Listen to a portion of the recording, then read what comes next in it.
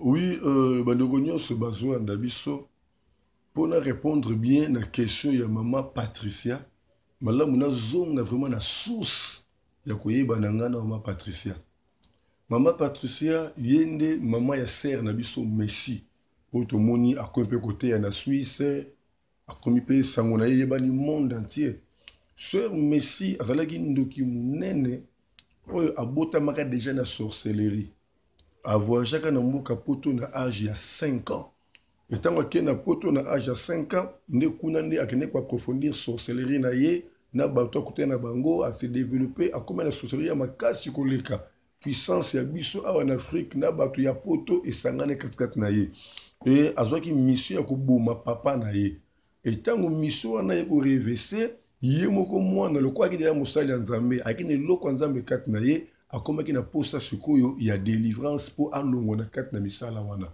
Et na posa ya délivrance na ye, nde ba parents bazwaki ye, batambwisi ye na poto na ba pays ya ndenge na ndenge koluka délivrance. Ba se retrouver na délivrance na ye te, nde ba yaki neti awa na mboka Congo précisément na Kinshasa. Et na Kinshasa bakute na pe na ba pasteur ya ndenge na ndenge, ba église ya ndenge na ndenge délivrance esimbi te. Babimisi mbongo nyonso bayaki nango, ba bijoux, ba mbongo, biloko nyonso ekendaki, bazwaki délivrance te. Un jour par hasard, balandi biso na émission na télévision, nde baye koluka biso. Etant baluki biso, nde Nzambe aye ko révéler sorcellerie ya mwana wana. Ndenge bandaki, ndenge développaki na niveau akomaki nango. Alors tomonaki soki tosali délivrance wana na kati na église, retour ekozala makasi mingi. Parce que bandoki bazana bomoko makasi, partout bakutaka basanganaka bayebanaka. Toboyaki bitumba ya kozongela biso na kati na église, nde tozwaki nzela na ngai na mosakoli Esther Mungu tokende ye na kati na zamba kuna nde tokende kosala ba déclaration nde toye komona puissance ya maître na ye oyo azalaki na base ya kotambwisa sorcellerie katikati na Messi. Ntango todeloge esprit wana tobengani ye Messi aye kolamuka nyonso ezongaki normal. Et tobande kwenda bango na flat oyo bayaki chaque jour na butu jusqu'à ce que makama voyage de fungwamaki na ndenge bazongaki na poto. Et après kozonga na poto contact pe eyaki nango katana. Quelques années plus tard nde toye komona mama na ye Patricia azwi ku moko na poto babwakelaki ye malade.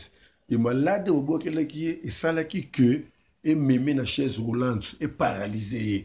Abandaki déjà kotambola ya koboite soki avandi po telema pasi kolala na ye pasi et aluke pe lolenge nini ya kozwa solution na mokili ya poto aseretrouvaki te nde Nzambe arekomandaki azonga esika nini mwana na ye azwaki délivrance. Ndeko ya na ye alobaki en tout cas aza na esika na ye akomelaka me na somo ya komona batako ekomelaki ye nde azwaki décision ki non aya avande pa na biso nde tozalaki na ye je crois 2 semaines na kati ya ndako na ngai.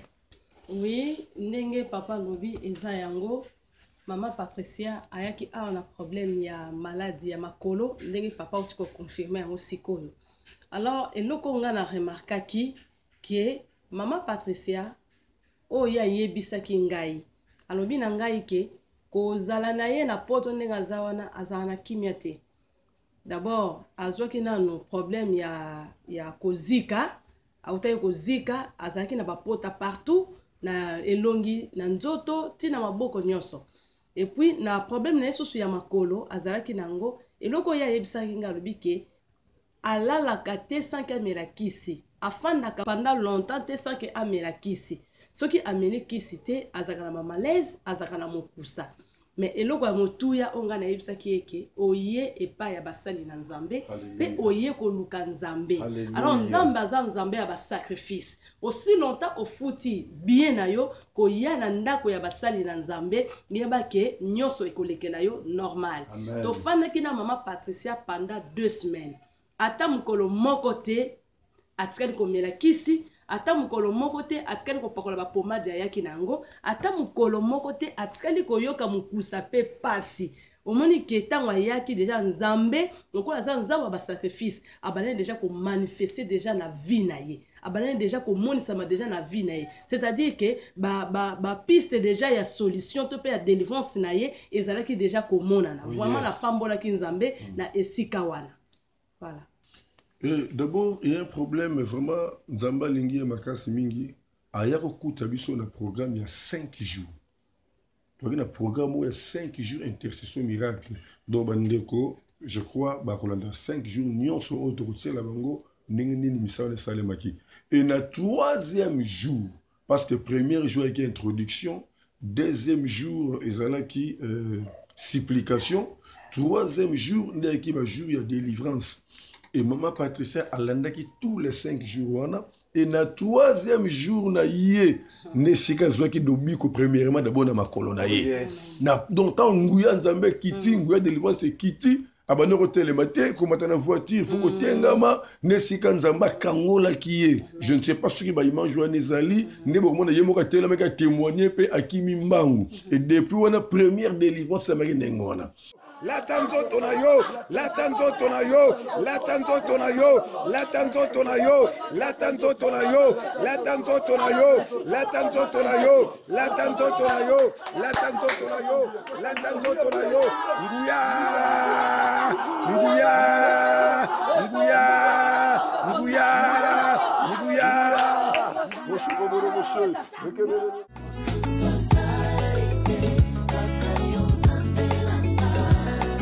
nayebi na ngai nzambe mosusu te o obele yo mosantu nakopangusa ngai mpisoli ya motema soki yo te nzambe oyo. Deuxième délivrance, nous avons recommandé qu'il y ait à côté de la retraite. Et dans la retraite, tant que bandi ko sala ba déclaration, nous avons révélé que moi, un Messie a une délivrance parfaite. Mais nous sommes pendant que azaki la sorcellerie, et ça peut misala mususu oya sala kakati na mama, ba image na mususu kenda kana bamboka na banga molili wana etika ba empreinte. Nous avons le baki to longo ba empreinte nyonso wana monde ya ténèbres. Et ça peut misala mususu salamaki pour nous empêcher ba finance na ye, comme ma blocage, ba discuter complication, neto bondela kinzambe pe nyonso wana esalemaki. Donc ndenge ma partisa zongi azongi mobimba à 100%. Et je crois que là la kolamoka akomona ba signe puis à côté témoigner misala.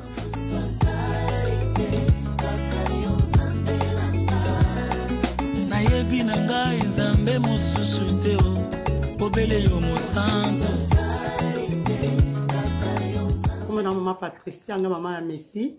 Alors nayaki po ko remercier dans nzambe na ndenge de témoignage à moi nanga témoignage à Messi elikaki bien et puis ngamoko nayaki po nazoki so babaki nga pa malade ya makolo fa ina fanda na chaise roulante. Alors nzambe a recommandé ngai naya koluka pasteur Mongu ya wana nayaki et puis na koti mabondeli et puis ba délivrer ngai délivrance l'équipe bien sikonde nazokende. Tout le monde que nzambe asalaka nzambe asalaka mais eloko ezaka craint de Dieu sozo ozobanga nzambe nzambe akosalela yo pe faut que ne pas mosala nzambe o que ye pas otambo na obanga nzambe o que nzambe atilizaka ye.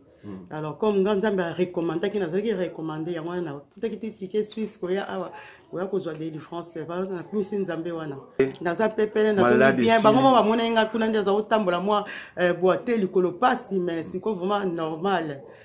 Normal, très bien. Nzambe vraiment sali ya minene. Ya mwana eko na kumisi nzambe pe na bana nzambe vraiment faut que luka nzambe. Doa na tamoko et ya délivrance faut que luka délivrance que luka nzambe ça te que passe ça au fali dans non faut que luka nzambe tia ba sali na ye. Oh ba ko délivrer bana na ye bazali. Est-ce que tu komona lokolango? Lokolango. Lokolango tango na yaki na zai ko boite. Est-ce que nazo tambola bien? Alléluia. Attends, on a qui va boiter ma casse. Il y a aussi un kilo pe. Parce qu'on a commis. Donc, on a un photo normal. Normal pepele. Ah, nous sommes là, maman. Na kumisi moyen na nzambe wana.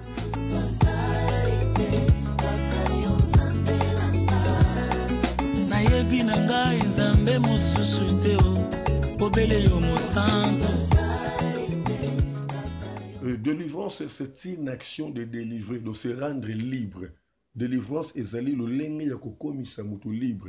Pour ce que délivrance, c'est que mutu aza condamné. Na malade, na finance, na musala, na mabota, na makambo ndenge na ndenge. parce que diable ana lolenge oyo akangaka libota na nzambe. Na peso exemple moko na mkona 1 Samuel 31 je crois ndesika bazoloba ke tango banguna bakotaki na kati na ndako na mboka David na mboka David babomi mutu te mais bamemi kaka basi bamemi bana. Donc délivrance diable akoya na musala na yo alongoli ka considération okosala musala makasi bakonsidéraka yo te.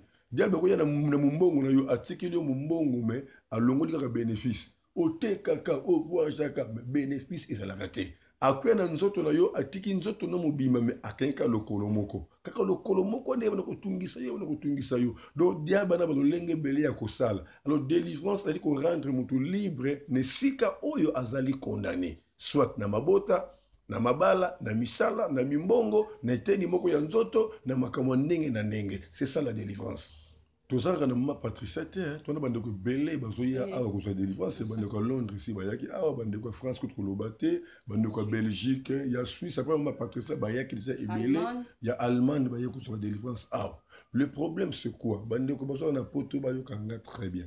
Il y a un problème très sérieux. Bandeko belé bana poto ba souffrir tellement trop mais difficulté zanine bazo croire que soko bengi ba bondeli une semaine 2 semaines mbala moko vu solution tout ça. Il y a des cas où il peut s'essinga temps mais na temps il faut que ça toujours na kati na mabondeli. Alors bandeko mingi ya poto baza na persévérance te. Baza kozela vraiment te bana posa bazwa mbala moko nde komi kotambwisa bango lelo awa lobi awa pasteur wa yakei prophète wa yakei. Il faut que senga d'abord conviction et ou te panzambe car la Bible déclare tout ce qu'on fait sans conviction c'est un péché. Tant on a ça convaincre yo zala fidèle landela ba prière na yo jusqu'à ce que on a changement.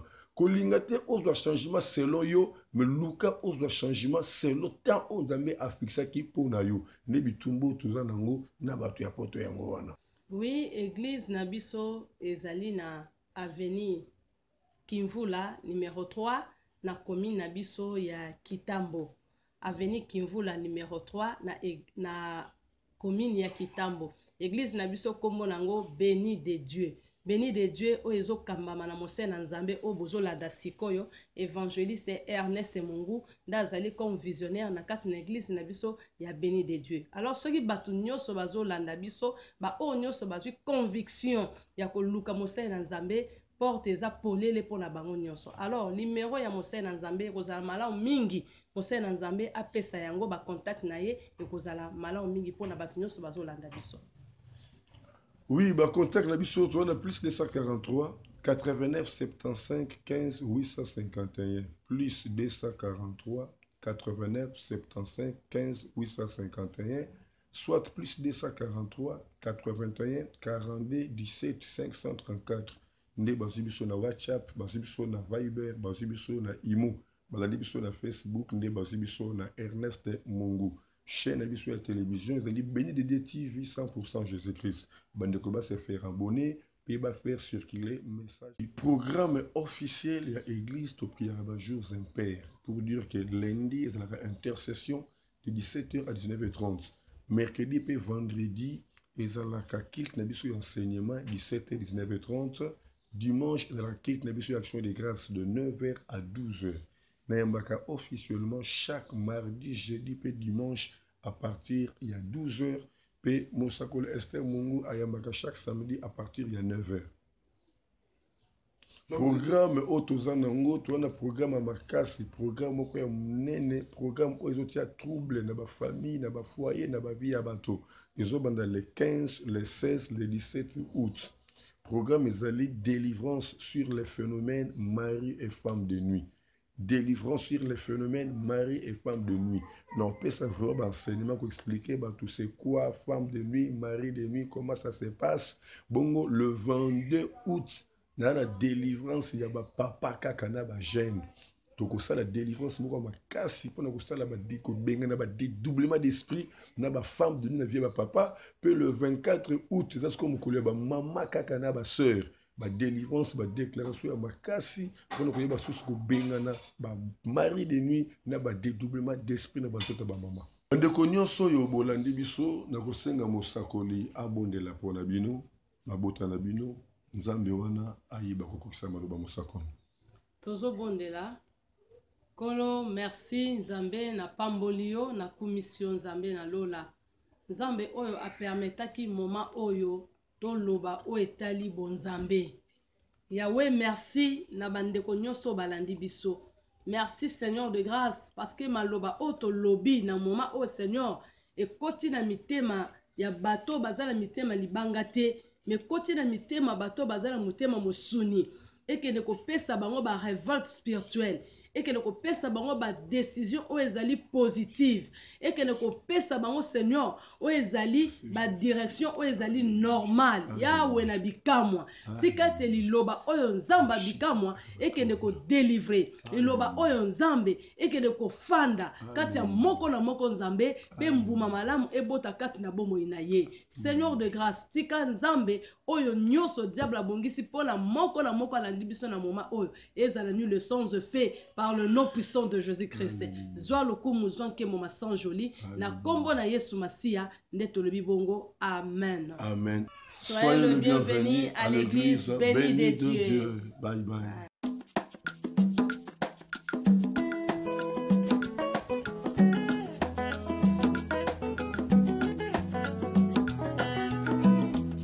Yesu singa loketo